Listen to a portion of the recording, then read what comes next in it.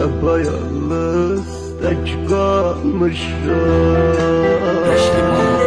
Tek dinleyin.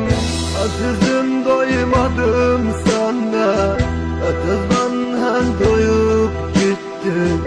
Ecelim var bu gurbette, beni yalnız koyup gittin.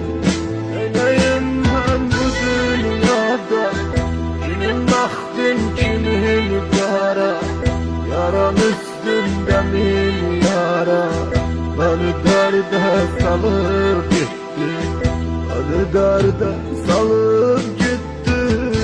Hiç görmedim dünyanın lezzeti. Kaçan geldi, kaçan gitti.